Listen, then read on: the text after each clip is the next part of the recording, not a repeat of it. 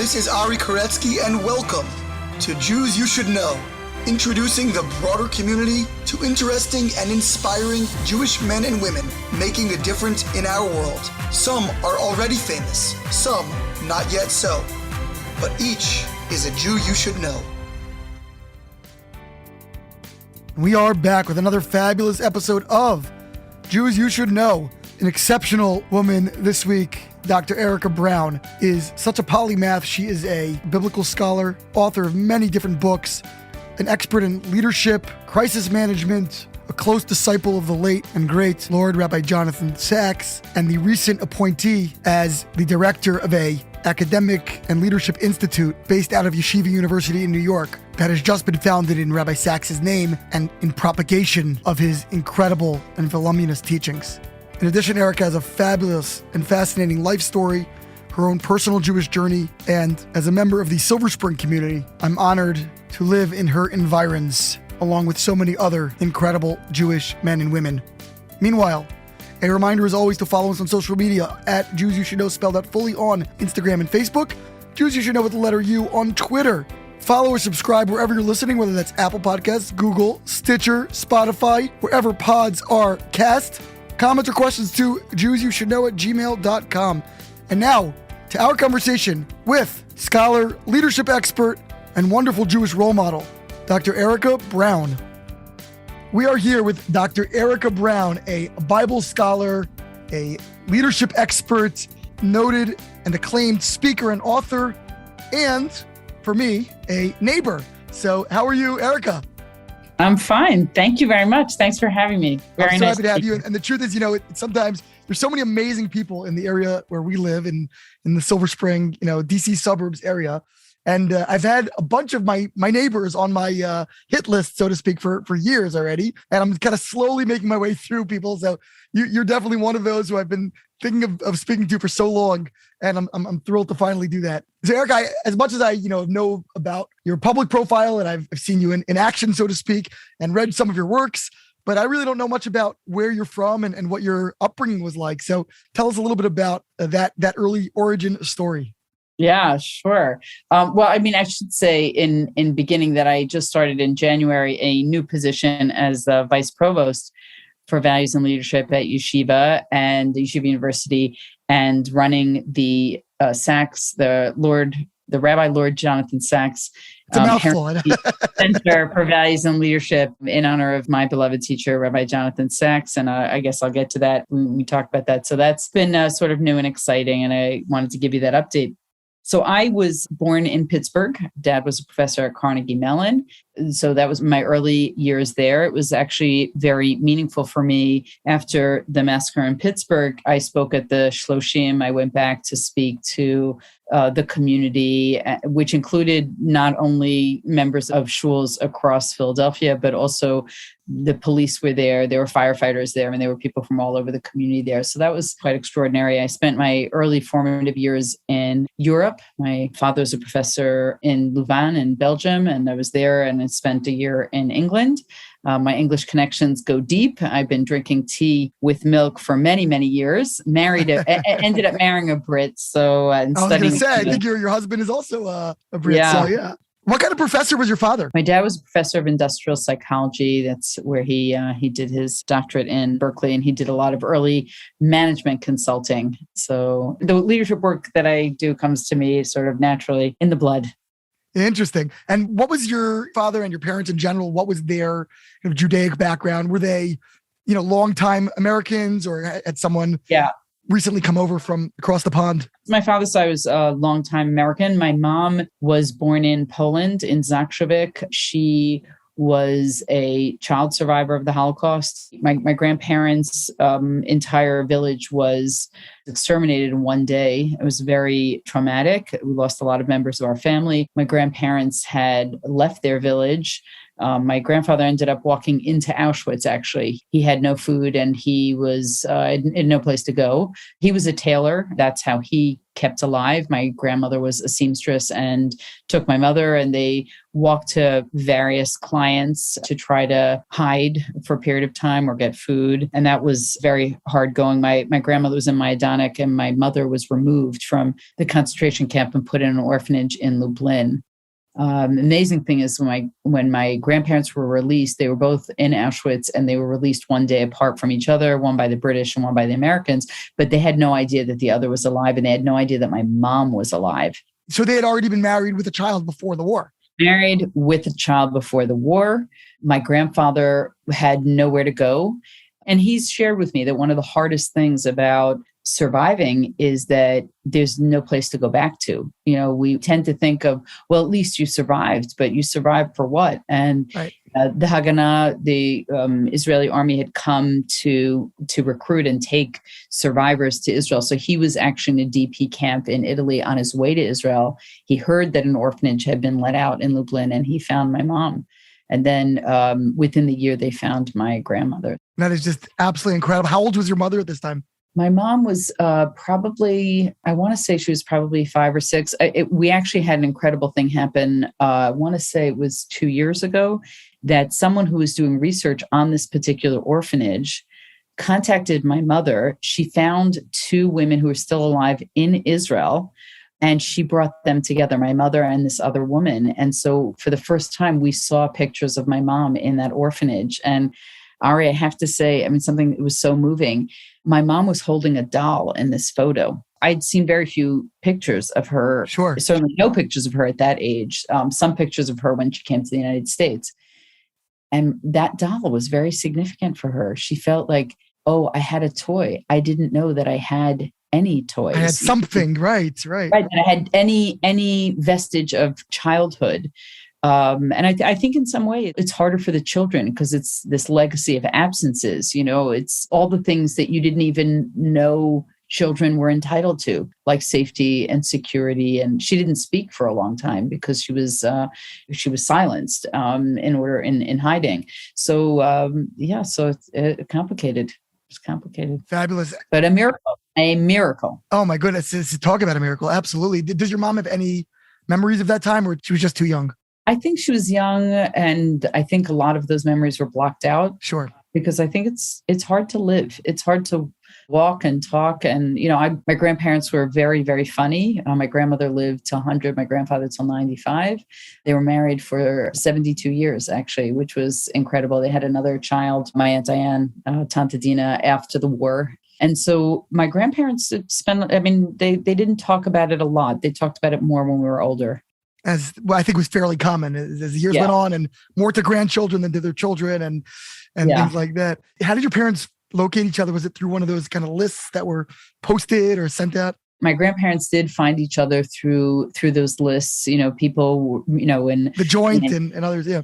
Cafeterias and hostel, you know, there were lists all over. So, I will say I've tried in many different ways to record their story so that we could share it with our own children and future generations, but they weren't historians, Ari. So they didn't know, it wasn't like it was a neat chronological timeline and everything got filled in neatly. I think there were a lot of nightmares, and there were, you know, when you work hard to build a new family, you don't always want to go back to that dark place. They obviously occupy themselves with building a new life. And, you know, it sounds like you grew up, you know, in a family where he was getting education and becoming a, you know, intellectual and academic. And so you bounced around a bit. And I guess you had a pretty interesting perspective on Jewish communities around the world as you were growing up, being in Pittsburgh and then in Britain. And where else was I? In Belgium. Belgium. That's what it was, Belgium. So you got the European flavor and the unique British flavor as well. What was that experience like? Was your family engaged in their Jewish communities as they were traveling around the world? No, not really. When we came to settle in Deal, New Jersey, on the Jersey Shore, when I was, I think we moved there when I was 9. We were members actually of a conservative synagogue, mostly for us for the bar and bat mitzvah ceremonies. My grandparents had a chicken farm in Jackson, New Jersey, which was not uncommon for the Vineland area, right? And Holocaust survivors. Of course, I think they lost money on it, and the chickens always got diseased, and the eggs didn't hatch, and whatever it was. It was always a problem. But I remember growing up on their farm and playing in the empty chicken coops. And my grandparents helped build a shul. They were Ger Hasidim, and my grandfather's father, my great-grandfather, was a Melamed. He was a teacher. But my grandfather was a little bit rebellious, and when they left Europe, they really were not Sabbath observant. They worked hard. They were trying to rebuild their lives. Their friends were all Jewish. It wasn't that they were leaving their Judaism, but the appeal of religion really wasn't there anymore for them. I think it was a primary mother language for them, but I think it was a source of heartache too. Sure. There's that mixed legacy and that probably conflicted feelings. I'm sure that they were, who can possibly judge such a experience? So obviously at some point, through your travels or perhaps beyond, you began to discover your own Jewish identity in maybe a more, normative sense or in a more observant sense. At what point did you start exploring your own Jewish roots and so forth? Yeah. So, it wasn't so much the Jewish roots because the Jewish identity piece was very strong, but it was a Holocaust identity. So it was, it was a dark legacy. And my grandfather would run the Pesach Seder, and we have, photos. Our family wasn't observant. And my grandmother felt like, why is this story the story that's celebrated? It should be the story of the Holocaust that's, that we commemorate, because that's the real story of Jewish identity. And often the Seder would break down into those conversations. I think I was always a seeker. And when I was not a particularly popular child, and I was a bookish child and didn't have a wide social network. I went to a Hebrew school, and a young man in the Hebrew school, Richard Guberman, who actually lives in Silver Spring right now, he said, "Do you want to go to a Shabbaton?" Like, no idea what a Shabbaton is. What is a Shabbaton? It's a Shabbat where there are other kids there, and it's a celebration of Shabbat. This was totally alien to me, but it was nice to get an invitation to something. So I joined, and I really loved it. And I got more and more involved. It was NCSY, National Council of Synagogue Youth. It is hard when you're not in a Jewish school to master all this. You're watching kids, and they're all praying in Hebrew. And, if you don't know the choreography, like you're in a synagogue, and I don't know, they're bowing now. I like, what do I have to do right now? And, but when you're young, some of that humiliation isn't there. It's not the same edginess. You're sort of, I don't know what's going on. I ask a lot of questions. I started walking to my conservative synagogue. I had my bat mitzvah there, but I feel it didn't resonate with me. And Richard Guberman and his family, the Guberman family, walked with me to shul. We had a 4-mile hike to shul. We did that on Shabbat. And we actually got to walk on the boardwalk past the Stone Pony where Bruce Springsteen often played. Not that he walked with us to shul or that I ever met him, but I'm a big, big fan. It was before all the Syrians moved in, though. Yes, we were just at the beginning of a lot of the Syrians moving to deal. That community was very important to me. I learned a lot about Judaism, and I learned a lot about healthy community across the generations from observing the Syrian population very closely. The house next door actually was owned by Ralph Lauren's brother's wife's parents, and ended up getting sold. We'll call them, yeah. And so I grew up with them as neighbors, and then became a Syrian shul, and I went to that shul very often. The Syrian community are amazing. Balei Tzedakah, they really give a lot of money to charity. So I learned a lot about the community's functioning. A lot of people weren't observant, but they always had Friday night dinner. And that was also interesting. There were certain mitzvot that were really, really foundational and important in terms of keeping families together. Yeah, but I was in Deal Public School. And then in 8th grade, I went on to a prep school in the area, the Ranney School. I had a scholarship to go there, a merit scholarship. I was becoming more observant, but I had to go to school on Rosh Hashanah and Yom Kippur. There was school then. And if you took off a lot of days, you would forfeit your scholarship. And my parents had divorced by that time. money was tight and that wasn't really an option for me. So, but by the second year, my sophomore year, I was really quite committed. And I just said, I'm not going to school. So I gave up my scholarship. Oh my goodness. Yeah. And I kind of there was no sense from their perspective, the school's perspective, to I guess the sense of diversity and inclusion program wasn't. Yeah, that wasn't part of the program, right? I'm 55. That wasn't part of the program. I'm sure now they could never get away with it. Right. But at that time, we had that conversation. And then they sort of backpedaled a little bit about me staying. And by that time, I think I'd thrown the gauntlet down. I think I knew that it was time. Judaism is not, it's too deep a faith commitment. It requires too much knowledge to simply think that you're going to go to Shabbaton for the rest of your life. You need to learn things. I really desperately felt I needed to make up all this lost time. I'm still making up lost time. Aren't we all? So you switched to a day school at that point? So I back to public school. We didn't live near a day school. So the problem was that I had to live away from home. And at 16, I went to Frisch. I lived away from home. I lived with a family. And it was a wonderful, wonderful landing. I'm very, very grateful to Frisch. My Jewish studies classes were with freshmen who knew 1,000 times more than I know. Very sweetly, two of them are actually, senior administrators now at Yeshiva University. So I get to. It all comes back. Look at that. Right. Absolutely. We used to be near the lockers together, and now it's working together. So that was a really great landing for me, and I think it was a very warm landing. I will say that it's not always so easy standing on the outside. I'm very sensitive when I teach converts and people are making their way, even within, they're born Jewish and making their way, how intimidating it is, how much you think everybody else knows and I don't know. And I don't even know how I'm going to know. And what does it take? And how long is it going to take for me to catch up? I'm sensitive to that. And I think we close a lot of doors, and unfortunately, sometimes we're just not as welcoming as we need to be. I know it's COVID now and no one's welcoming because no one's really, everyone's masked and it's just a weird time. But, sometimes Orthodox synagogues can be lonely places for people who don't find themselves in that inner nucleus, who know what to do and know how to do it. And yeah. And we have to be sort of aware of that. If there's someone there we don't know, we need to be gracious and introduce ourselves and just make sure they feel comfortable. And what do you need? And how long have you been here? And what can I help you with? And I think sometimes we've always, the Abrahamic tradition is always to be kind to strangers. And I'm not sure that we're living up to that all the time. And what's interesting is that in your own narrative, this young man, this boy, Richard Guberman, really did that for you. He was looking out for you and brought you in that way. Yeah, for sure. And you don't know the question that's going to change someone's life. You just never know. And it couldn't be, would you like to come over for Shabbat? And it can be, would you like to meet someone? I have a friend. I think people can always say, I'm not interested. We need to kind of put all those bids out there, right? There are opportunities, there are invitations, there are possibilities.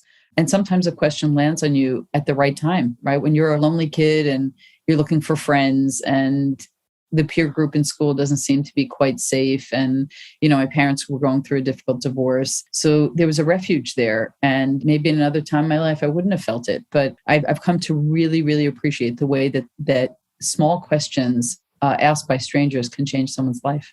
Branching off into a whole other conversation, but briefly, I think about very often, it may be that the people themselves that should be doing the asking are struggling with their own insecurities and their own challenges, and so I meet many, many people that are much more traditional, much more observant, and yet they themselves have their own, complications and their own conflicts, and therefore they're not reaching out to others because the person won't want to hear from me, or I'm insecure with my own identity. So it becomes this kind of Rorschach test of people's own Jewish identities, this whole question of being welcoming and having that open posture. Yeah. I mean, look, I think that Judaism, I'm a student of Rabbi Sack's, and I think one of the things that was his great skill was to say, Judaism has a lot of solutions to some of society's greatest ills. And we can't keep those gifts to ourselves, right? The gift of the Sabbath, right? The gift of a time period in which we can reflect and connect and disconnect. Those are things, why do we have to keep them to ourselves? And you're right. People sometimes have lots going on that they got to work through on their own. And therefore, Why should I suffer you? Or why should I invite you into this complication? As opposed to saying, people are autonomous. You present a buffet of options, and people are adults. They'll pick and choose when they're ready. I think a lot more people than we realize are seeking meaning, are seeking solace, are seeking community, are seeking friendship, are seeking transcendence. And it's our job to share. I see it on campus all the time. A friend who's involved in a program might be embarrassed or afraid to ask their own friend about getting involved. But then if I go over and ask the friend, they sure, that sounds great, because everyone kind of assumes like, I'm interested, but nobody else is really, right. More people than we think actually are. And if they're not, they can just tell you, Yeah. Someone would say like, oh, do you want to come to this concert? Right. Do you want to go to Soul Cycle?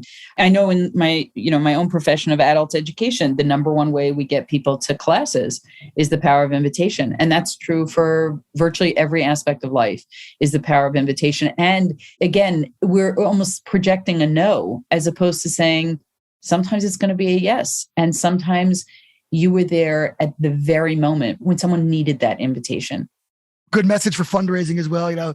We project no's onto people before they can give that gift.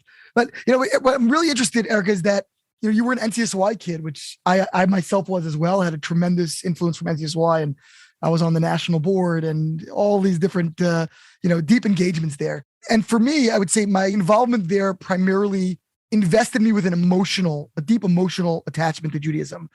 But it was only a little bit later, as I grew older, that sort of the intellectual bond formed, and that matured into a fuller understanding and ultimately a more complicated relationship with Judaism that's much more informed and nuanced.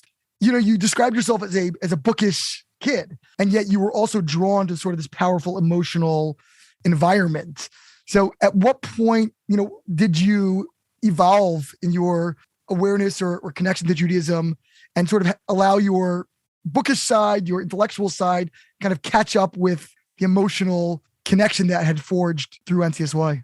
I guess I don't see it quite as disparate maybe as you do. For me, I was really drawn to Jewish ideas, right? It's true that I saw in people singing and dancing. I mean, in public school, who's like dancing in a single gender circle and singing a song, so that was interesting for me. And there's a lot of power in music, and there's a lot of power in community, and wanting to belong is so powerful. But there was another side, I'm on the introvert scale in the Myers-Briggs, which probably surprises some people, but doesn't surprise me at all. And I've always been nourished by reading. And so Judaism opened up. I mean, how many books are written on Judaism? When you start, you're just in that black hole of knowledge, right? You're on the edge and then jumping in. So I would say that was one of the drivers for me of wanting to go to day school. I know that there are other people for whom Judaism is largely emotional. For me, it was a really powerful combination of the behavioral aspects, the cognitive aspects of learning, and the emotional aspects of belonging. It wasn't as if, it was all emotional and then came the intellectual. And then, I think, no matter what I did, I'm sure that I would have been connected to a university, because that was just, in many ways, that was always my path. School was a place where I knew how to succeed. I wasn't really successful in any other way. And so I have 3 skill sets. I write, I teach, and I read. That's all I know how to do. And so school has always been the natural place. Getting teacher approval, especially when you're not a popular kid, that's, it's very validating. So staying in school is always the safe place. And Judaism does great in school, meaning, there's no shortage of things to learn, ideas to master, ideas to never master. I'm always embracing how little I know, and that's so as a catalyst to knowing more. The intellectual and the emotional are very intertwined for me. Did you know early on that you were going to make a career out of Jewish ideas, Jewish education? It's a good question. I definitely had the Laura Ingalls Wilder, always want to be a teacher, sort of Little House on the Prairie, which dates me. But I did toy with other things, with journalism. I spent that 5 seconds as a philosophy major thinking, maybe I should go to law school, but no. Because I just think everyone in humanities sort of says, vocationally, what will that look like? I did think a lot about journalism school, and I do a lot of journalistic writing. So I never really let go of that. while I was in high school and college. I was an editor in the school paper. It was important for me to keep the writing part of my life very much alive. So I don't know if that's an answer to your question. So did you spend sort of that de rigueur year in Israel after high school? And then where did you go on to university? I was a student in מכללת Berea, which turned into Midreshet Lindenbaum. I was the first of the post-high school. It was the first year of the post-high school program. Wow. Rabbi Chaim Bravender was a very, and is a very, very important influence on my life. Malka Bina, who went on to found Matan, and she actually set me up with my husband, who was a Yeshiva HaKotel student. So that year was a really important growth year for me. In fact, I went back a second year, which was almost unheard of at that time. And then after college, I went back for another 6 months. The Beit Midrash was such a magical place for me. It was a good place. It was also a place that, I had this recurring dream that all the shelves of the Beit Midrash were falling down on me. And that's not hard you don't have to be Freud to interpret that dream. It's hard when you've got a lot to catch up on. It came easy to some people. It didn't come as easy to me. Well, you certainly had the passion and the desire to catch up. And I think we've seen over the years that people who have that intense want, are able to make up for many, many years of perhaps, subpar engagement in Jewish day school by their peers, in 1 or 2 years in Israel. So, well, I have to say, throughout my Jewish path, when I started taking it seriously, I had the most magnificent teachers, in Frisch, in Yeshiva. I went on to Yeshiva University. I went to Stern College as an undergraduate. I was so grateful. I think I had the best Jewish studies teachers a person could have. Who were some of the highlights? I don't want to leave anyone out, but I had Rabbi Bravender, I had Malka Bina, I had Daniel Levy, I had Rabbi Moshe Khan, I had Rabbi Shalom Karmi, I had Dr. David Schatz. I went on to study at Harvard with Isidore Twersky, Rabbi Isidore Twersky of blessed memory. I studied under Arthur Leslie when I was working on my grad. I studied under Rabbi Sack for many years. So I felt I was really at the feet of a parade of remarkable scholars. And some incredible names. No, and I don't take that lightly. I think that when you're sitting in the presence of greatness, you get a glimpse of what greatness looks like. And it creates lots of aspirations and lots of reverence. Yeah. And I think reverence is something that's perhaps in short supply nowadays. And often when, people express reverence and then it sometimes can be dashed by scandal or, by people disappointing them. And that's a whole other topic that I know you have a lot to say on. But did you go straight from Stern College to Harvard to do a PhD? What was kind of your early career development? No, when I finished Stern, I went back to Israel to learn for another 6 months. I got married that summer and went to London. I was a philosophy student for a hot second. I was going to do a master's, but I didn't like the program. And I ended up in the Institute of Education doing a master's in the University of London in religious education. You can actually do a degree in religious education. And then I was teaching at Jews College, and Rabbi Sack was there, right? He was the principal at the time at Jews College. So I got to study with him. And you have to imagine that the classrooms were very tiny, but his presence was just so immense. And I got a front row seat to that. So he would give a public lecture. I was always interested. I taught quite a bit in his own synagogue, Marble Arch, at the time. Spent some holidays there, Shabbatot there. And so I got a lot of teaching experience very, very quickly. And those years in England were really, really important in terms of my own growth. And then Rabbi Sack was my master's thesis advisor. The second year I did a master's with him. Incredible. Were you able to forge a personal relationship as well, and him, his family, and so forth? So Lady Elaine actually did study with me at Jews College, which was wonderful. And I did get opportunities to spend time with their family, and but not, I would say, I was very young. My husband was a medical student at the time.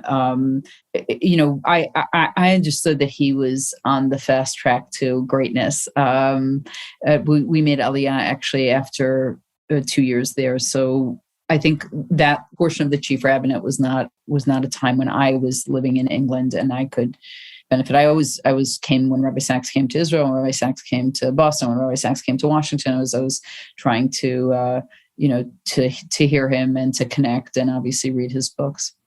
So at some point, obviously, you moved back to America. So you made Aliyah, but I guess that didn't stick. It seems like for the long term, God willing, maybe one day you get to return, as I hope we all will. But you came back and you began a series of very, very interesting positions. And we just have such a limited time. Each one probably could be hours in its own right. When I first met you, you were an in-house scholar for the Jewish Federation of Greater Washington, which itself is a very unique position that I don't know if it even exists in most federations, but you were at the nexus of community affairs and, learning and teaching with a very broad cross-section of people, most of whom did not necessarily share your, personal religious persuasion in terms of observance. And then you went on to found a center at George Washington. So if you got to give us like a broad overview of some of the major stops along the way, and then of course we'll get to what you're doing now. I don't actually know if that's interesting for anyone, but we lived in Israel for 4 years. My husband wanted to do a residency in something that was not a specialty in Israel. So we moved to Boston for his residency, and that's where I started my PhD. And I started in the Combined Jewish Philanthropies, the Boston's Federation, as a scholar in residence. And there was there's great work to do in that position, because here you are working for a philanthropy, and at a time where, again, people are seeking. And I had the opportunity to teach in the Massachusetts State House and, in boardrooms in Fidelity and like a number of sort of, important and interesting spaces, is sort of taking Torah out into the public and seeing how it influences and challenges. We created a program. We had about 100 people every other week. The program is actually still going. It's probably over 20 years old. The Genesis Forum, where we were in downtown Boston and people would come and we would learn with them. And it was phenomenal. We'd, fill up the room. And we understood that Judaism had an important role to play in shaping and challenging and provoking and consoling. And I'll just give you one little example.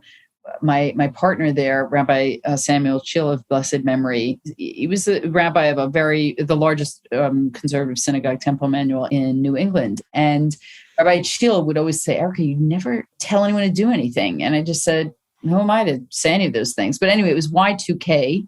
It was the year we were turning over to 2000, and there was a lot of everything's going to melt down and be everything's going to melt down, right? The world's coming to an end. I remember exactly where I was sitting Friday night. I think it was a Friday night I think I was sitting by an oneg at some rabbi's house. Like everyone's looking at the walls. Is the oven going to fall out or something? Right, exactly.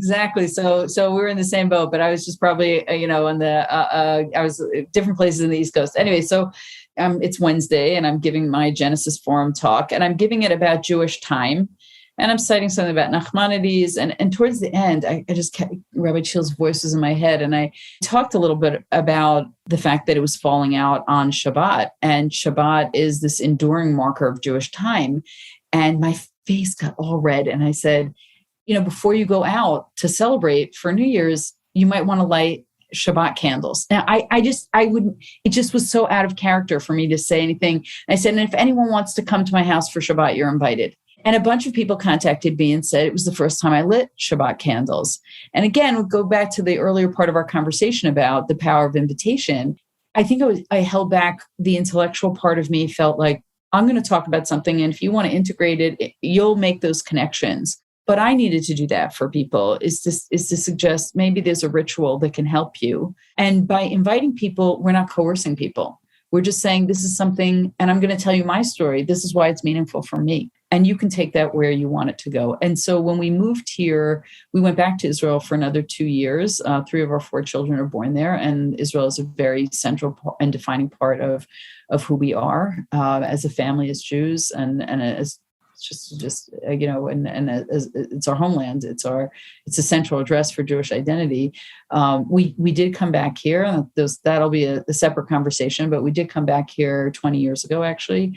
My husband had a job at George Washington University, and we moved here. We didn't really know anyone. Marginally knew people, but found it to be a very warm and open community. And after a while, I had presented to the Federation here what I was doing in Boston. And so there was more interest in it. There was interest in doing leadership development. That makes sense because it's the nation's capital and leadership is important. So I had done some work in that space. I did more work in that space. And the Federation was a very important home for me here.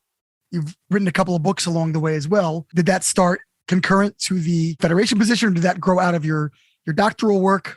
So I did complete my doctorate when I was here in Maryland at Baltimore Hebrew University, which is now part of Towson. I worked in the 16th century in a commentary on Esther. I think the book writing started in large part because that was the way I reconstituted the intellectual community that I didn't always have in the philanthropic setting. I was interested in a research project. So this is the way I keep myself out of trouble, Ari.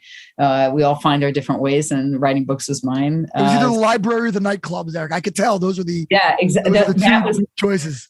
Every night I was like, what's it going to be, Erica? Now I'm a morning writer. So the writing was important. It's an important way for me to learn. I think when for anyone who's a teacher, you know that when you have to teach something, you have to know it in a different way. And when you write it, you have to know it even deeper than when you're teaching. So it was really a very deep way for me to do my own learning. Right now, I'm working on a commentary on Kohelet, on Ecclesiastes. It's a pretty mammoth undertaking. And, it's the way I spend my mornings. That's which, some people might find it a little bit depressing to spend your morning that existentially sort of. It's all meaningless anyway. Don't worry about it. Yeah, it's right. Exactly.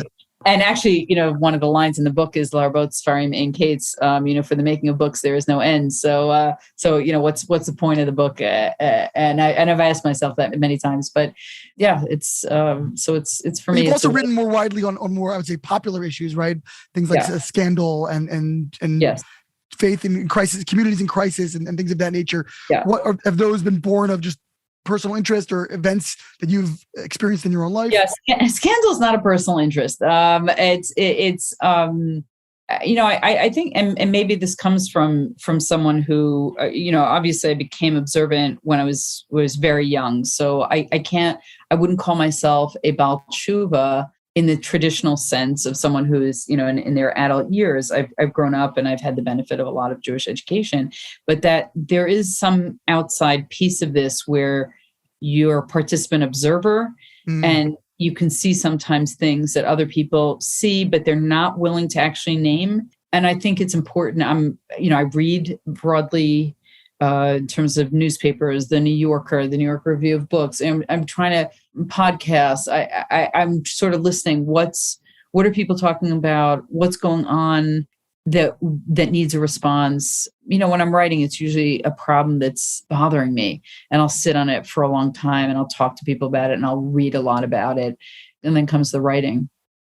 Fantastic. So I know that you launched a leadership center out of an academic institution, which is also quite, I think, unusual for someone of your personal background. And I think academia is generally regarded as somewhat hostile to, unless we're talking about a religious university, a Bar Ilan or Yeshiva University, but to be in a secular academy and to be coming from a person of your religious commitments, was that sort of strange bedfellows? And how did that emerge? And how did it succeed? Yeah. I don't see knowledge as anything secular. I see knowledge, the pursuit of all knowledge, as a sacred endeavor. And so my world isn't bifurcated in quite that way. I do think it's unusual, but I think there are leadership centers in a lot of universities. It's become more popular as a discipline.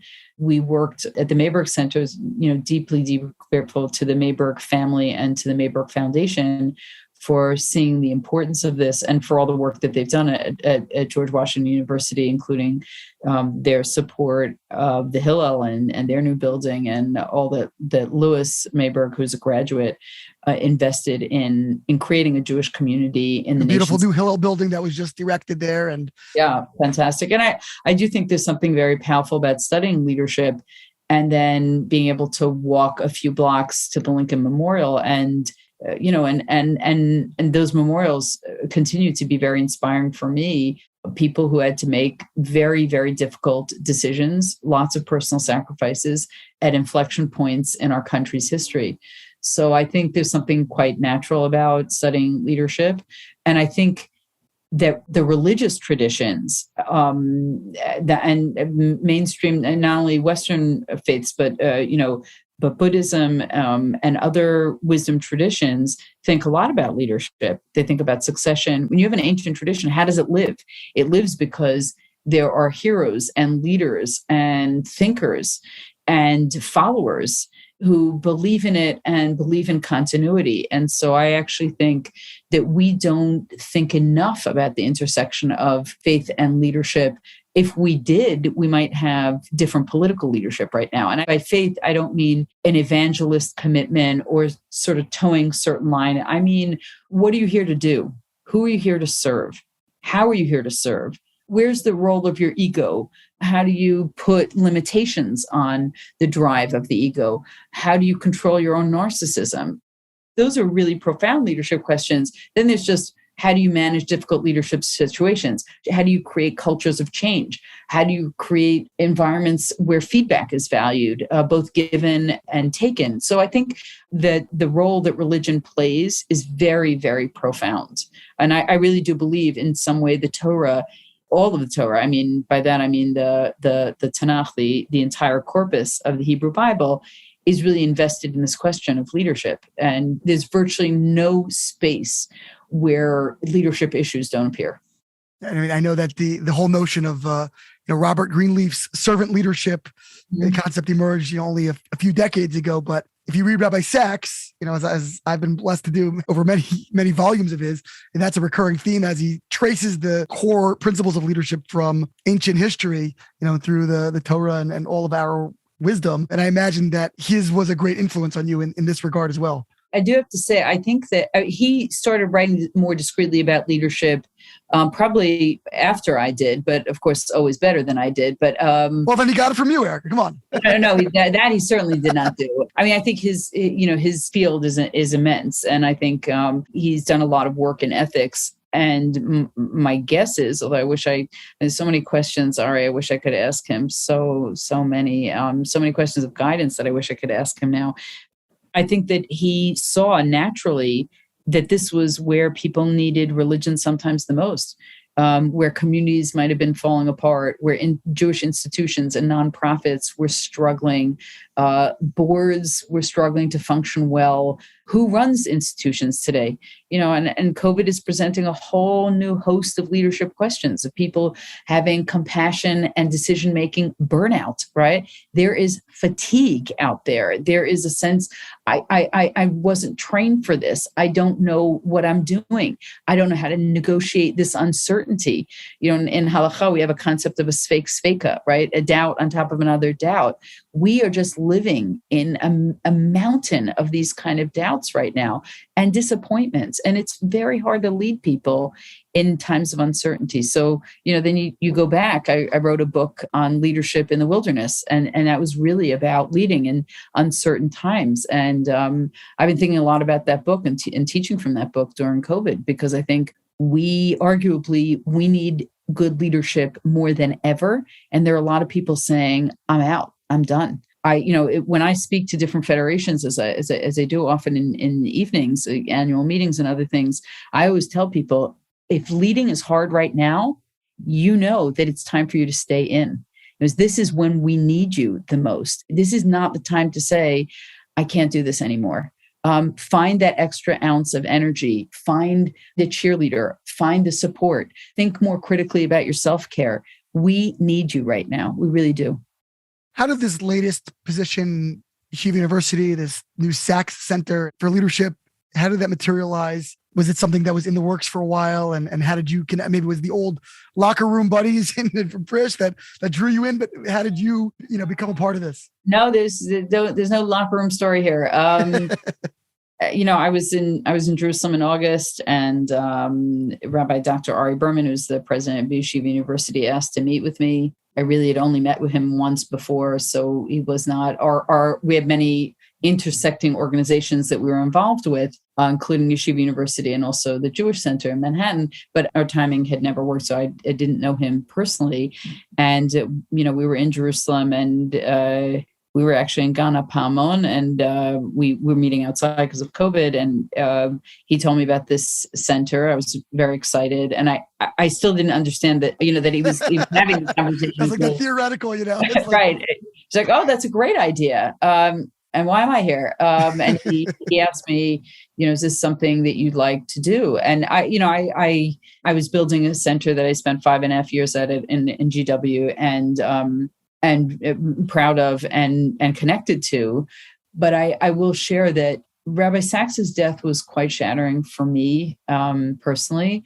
I have lost many teachers. I lost a number of teachers during COVID, which I think is very hard because you can't properly grieve people. There's no funeral that you can go to, and you can't say goodbye properly, I think.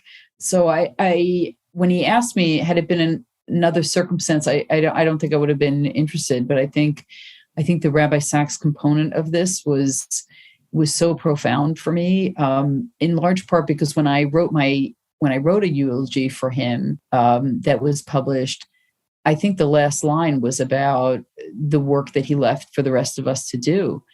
And then now someone is saying to you, well, here's the work to do. And it just felt sort of wrong to turn away from it. I felt that it was a moment to honor him. And it's interesting that I've spoken to other students of his who feel very similarly, and many of them are taking different roles currently. Rafi Zaram, Rabbi Rafi Zaram, Dr. Rafi Zaram, who's in the London School of Jewish Studies, which is what Jews College became, and now he occupies the Rabbi Sack's chair there.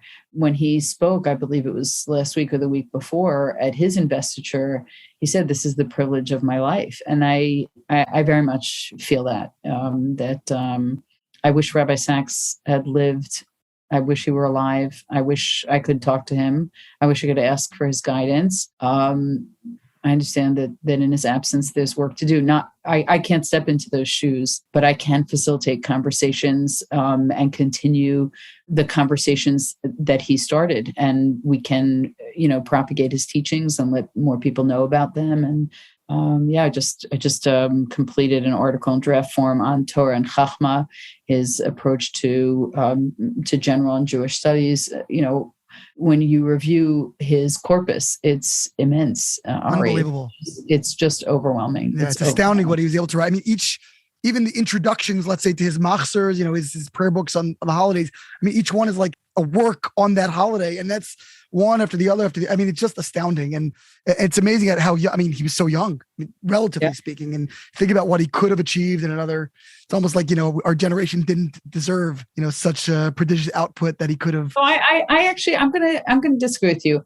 I think our generation did deserve him. I think that's why the outpouring of loss was so great, because I think he was the moral beacon of faith for so many people, people who were not Jewish. We're talking about his writing, his intellectual output, his teaching, but he was also a real mensch. And the number of people who reached out to him, there were people who wrote to Lady Elaine Sachs from prison, right? Who had heard him lecture, he had given them hope. I think that I'm only starting to become aware of how many people he touched and in what way. And it's not our usual suspects. He promoted faith, not only Judaism, but the importance of faith in people's lives, the importance of community, the importance of worship. These are all the points of covenants, I think, and keeping promises and kindness. And, there's a lot to do. I could spend a lifetime doing this. I wouldn't cover it. And he did it in a way that gave people a sense of security and grounding in their own faith. As people, we living through the sort of the new atheism movement and all the writings that have come out from Dawkins and Hitchens and all of that, there was one of the few credible voices that people, discovered that they felt really solidified their own faith commitments, which I think is Absolutely. that alone is, I think, the work of a lifetime. He wasn't afraid to take those people on because I think he felt that we can give people something that they lack and that they want. You can always reject it, but it's there for the taking. And one of the things that, a lot of times you'll hear scholars and you'll say, wow, they're so smart. But Rabbi Sack's gift was that he made you feel smart. This wasn't about his brilliance. It was really about he introduced people to, they might never have, read anything by Jeremy Bentham or Alistair McIntyre or Sherry Turkell. There were all kinds of sociologists, scientists that he cited. He wasn't saying that's my department. On the stage, I think he made people feel smart by reading him. And you felt you were smarter when you left his classes, when you finished his Parsha sheet. And I think that was a gift. It's very rare. It's very rare. Just in closing, Erica, what are the objectives of this new center? Is it designed to cultivate leadership among the next generation of Jewish students, scholars? Is it to propagate Rabbi Sack's teachings, kind of like the Rabbi Soloveitchik, publishing house? Like what exactly are you meant to be doing in this position? Yeah, check all those boxes, Ari. I'm very grateful to Andrew and Terry Herenstein for starting this center and for realizing just how much Rabbi Sack's teaching belong at a place like Yeshiva University. We have just launched a leadership scholars program for 5 young men and 5 young women undergraduates at Yeshiva. We'll be introducing a book prize soon, which I'm very excited about. We'll be working with Erica. You can't win it. You know that. No, I know. Employees, I just want to make sure. Don't qualify.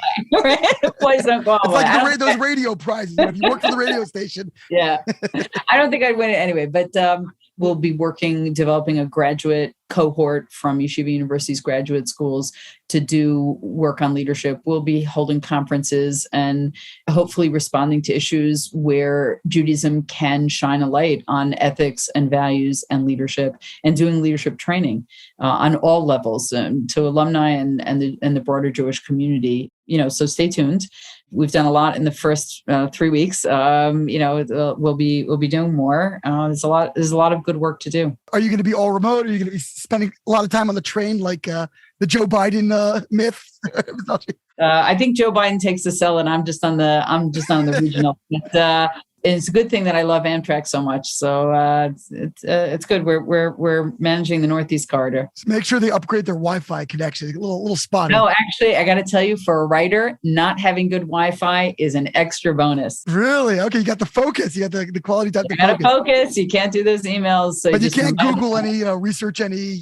You write it in a note and you look it up later. Okay, there we go. We got. When I started, there was no Google. I don't know how anyone did anything, to be honest. You actually had to know things back then. It's kind of crazy. Well, Erica, where can people learn more about the center and your work in general? Is there like a, besides just Google, is there like a central clearinghouse, a place where all of your work? I have my own website, Erica with the EricaBrown.com, and but we're hopefully within the next week we'll be putting up the Sachs Herenstein website, the Office for Values and Leadership, working on it just today. So hopefully it'll be up soon. And it's been a delight talking to you, Ari. Wonderful. Erica Brown, a scholar and author, and now the driving force behind the fabulous new leadership center and initiative out of Yeshiva University. Thank you so much for joining us. Thank you. Take good care. Bye now.